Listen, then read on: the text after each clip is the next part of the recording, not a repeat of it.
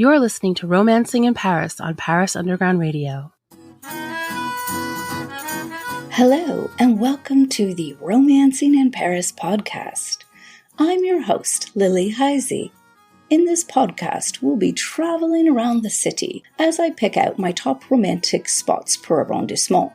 You don't have to visit these places only as a couple. Exploring them can be the expression of your own love of Paris. Are you ready to get romancing in Paris?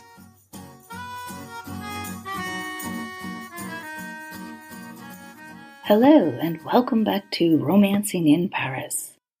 We've done it again. We've reached the end of this season of the podcast, and we've also reached the end of our second tour around the arrondissements of Paris, with a few detours for thematic episodes thrown in the mix. Completing a tour of the arrondissements means we've come back to the 20th. Although this district isn't among the best known in the city, it actually contains an abundance of fabulous romantic spots. So many that I have to rank it among the top romantic districts in the whole city. Like the 19th, which we've just covered, the 20th is a large arrondissement in the northeast of the city. As we've discussed on recent episodes of the podcast, the outer districts of Paris have some lovely village-like areas, and today we're going to visit one of the most charming ones in the whole city. Grab your chérie, we're going to the village Charonne. Now, the 20th actually has several different areas which have a village feel. A few of these were veritable villages on the outskirts of Paris, while other areas were developed in the early 20th century, like La Butte Bougère, which we visited in the first episode on the 19th, and similar to the venue covered in the last episode on the 18th, the Avenue Junot, and the 13th District's Quartier des Peupliers, which we talked about in episode 37. The place we're going to visit in today's episode is one of the oldest villages which are now part of the capital.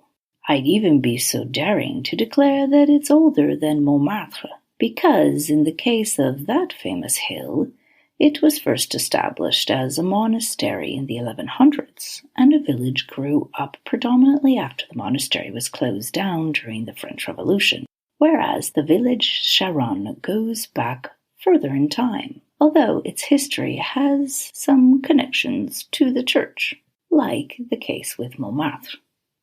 Extending roughly between today's Avenue Gambetta to the Père-Lachaise Cemetery, then to Place de la Nation, the land of the area of the Charonne village was a lordship given by King Robert the Pious to the Benedictine Abbey of Saint-Magloire in 1008. Yes, not just a few years ago. That said, not much happened in the area over the next 800 years. A farming village formed, and the lordship castle of Charonne was built, probably towards the end of the 1500s. Yet, sadly, the castle was destroyed in the early 19th century. The castle previously stood south of the Saint-Germain-de-Charonne church, which, on the contrary to the castle, does still exist today, and is one of the reasons the area is so charming. Originally constructed in the 12th century, much of the current church dates from the 15th to 18th centuries. It is said to have been built on the very spot where, around 430 AD, Saint-Germain, then the bishop of the Burgundian city of Auxerre, met the young future Saint Genevieve, one of Paris's patron saints. The church was henceforth built here to commemorate this momentous meeting and was dedicated to Saint-Germain. Crowning a small hill, the church stoically presides over the former village. Behind the church is its parish cemetery, one of only two historic ones which exist today. The other is next to Saint Peter of Montmartre. The two were both outside of Paris when Paris's cemeteries were closed down and their bones moved to the catacombs in the 1780s. The village of Charonne was built on the hill descending from the church towards the southwest. No, not so it could face Paris, but instead so its surrounding fields could maximize the sunlight. You see, they didn't just use the fields for any type of crop. The southwesterly hill was an ideal setting for vineyards, which were tended to by the Charonne villagers. Therefore, some of the older small houses in the area were the homes of these winemakers, and beneath their entrance stairs are doorways to the cellars so they could easily access the cool areas for storing their barrels of wine. There was also a stone quarry nearby, and thus the village and its vicinity were mainly working class. However, over time, a few country homes for wealthy Parisians dotted the fringes of the village. Despite all of this, it never grew too big, and at the outbreak of the revolution, the village had a meager population of only 600 inhabitants. When Haussmann and Napoleon III annexed all the suburbs around the capital and created the current arrondissements in 1860, Charonne was amalgamated into the new 20th district. In addition to its existing residents, country folk flooded the capital seeking employment in the building of this new Paris, and many settled in eastern Paris, like around Charonne. The vineyards were sadly mostly uprooted to make way for more workers' homes, as well as workshops, factories, and brickworks. Fortunately, this expansion didn't lead to the destruction of the village houses, or even worse, modern high-rises, which can be found in a few pockets of the 20th. On that note, I think it's about time we pop by to visit what's left of the Charonne village. There are a few ways one can get here, the closest being from Porte de Bagnolet station on Metro Line 3. There are a number of exits at this station, so be sure to take the one for Rue de Bagnolet, or you'll end up in the suburbs. As you descend the Rue de Bagnolet, on your left is a park, the Jardin de l'Hospice du Bois. That name might sound familiar to regular listeners, as it was discussed in the first episode on the 20th. I suggest you make a little detour inside the park, as it contains a small remnant of the Castle de Bagnolet, which was found just beyond the village Charonne. All that's left of it is the enchanting Pavillon de l'Ermitage. Before you visit, go back and listen to that episode. This way you can visit two romantic spots in one. Back on Rue de Bagnolet, about 5 minutes further, you'll reach the Église Saint-Germain de Charonne. I recommend visiting it first. So make your way up the stairs and pop into the church. Have a look in the cemetery behind it as well. Before you go back down the stairs, look straight ahead, as this vantage point offers you a lovely view of Rue Saint-Blaise, the former main street of the village. Take your time walking down this cobbled street, which is lined today with cafes and shops. It's like being transported out of Paris and to a town in the French countryside. This ambiance is accentuated further down the street when you reach the former village square, La Place des Grès. Here you might spot some locals chatting on its benches, just like you would down in Provence.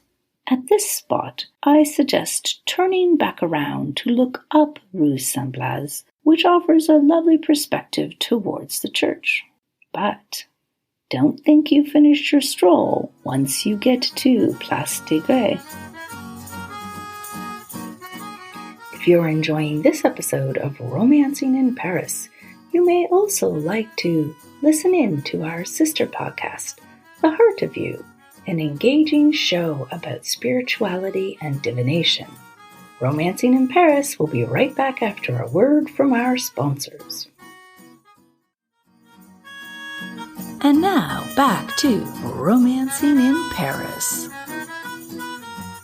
From here, turn left into Rue Vitruve, and at number 57, you'll see a little laneway which leads you into the serene Square des Grès, formerly the spot where the lords of Charonne tried accused lawbreakers, although it has somewhat of a dark past. If the accused were found guilty, they were actually executed elsewhere.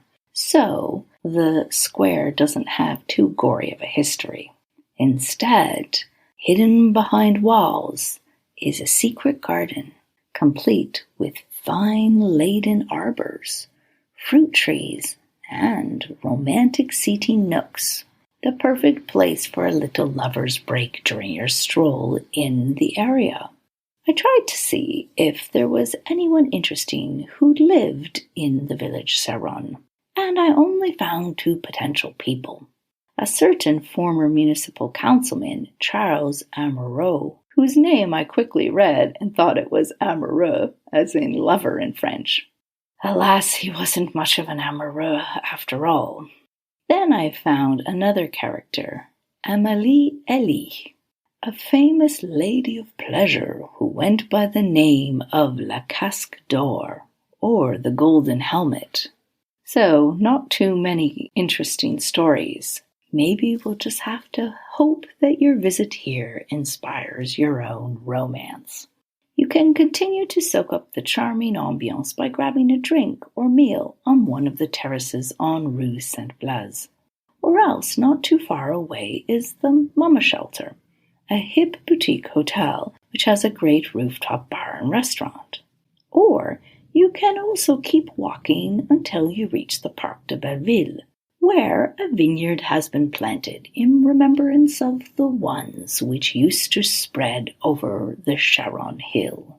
But I won't tell you any more about the park right now, as it deserves a more detailed discussion in a future episode of the podcast. Thank you for listening to this latest episode of Romancing in Paris. A big thank you to all of our listeners, and un grand merci especially to the producer of this podcast, Jennifer Garrity of Paris Underground Radio. If you're looking for more fantastic podcasts on Paris, see the other ones that are offered within the network. And if you're looking for more cool romantic things to do in Paris, see my website jetemmeneither.com, which has an abundance of articles and date inspiration in Paris and beyond. Until next time, happy romancing in Paris. This episode of Romancing in Paris was produced by Jennifer Garrity for Paris Underground Radio. For more on this show and shows like it, please visit parisundergroundradio.com.